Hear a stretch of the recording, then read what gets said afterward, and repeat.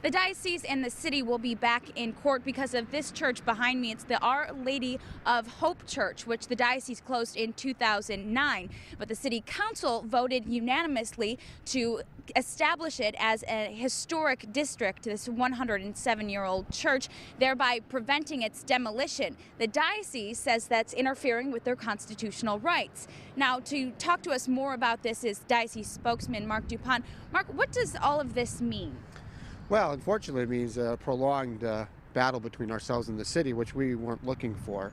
You know, we had to close many churches back a few years ago because of diminished attendance at Mass. We tried to be strategic about that.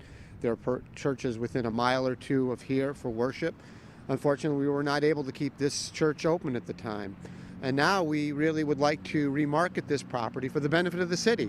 Maybe get a tax-generating owner here who can be a benefit to this neighborhood, and that's really being hindered by the provisions of this historic district.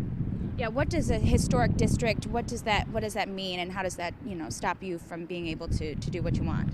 Well, it's very hard. Any real estate person will tell you it's very hard to market properties that are listed in these historic districts, regardless of what the promoters of this will say, because it adds a whole layer of regulations that hinders proper development of the property.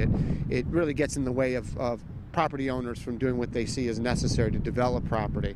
And so it makes it very difficult. We've had a great deal of luck reusing churches we've closed in the Berkshires. In no instance was a historic district involved. As a matter of fact, I would suggest because a historic district wasn't involved, it allowed more people to come to the table to discuss with us possible reuse of buildings. Hey, we don't want these buildings to be torn down if at all possible. So our first goal is always to find someone who can reuse an existing building. But at this point, with this historic district over our heads, we can't even do that. And that's not even getting into the constitutional argument. Our protections under the U.S. Constitution are very clear, and I think there's a great deal of case law that will now be heard by the appeals court in Boston. And just real quick, this isn't the first time that you will be in court. Where do you go now?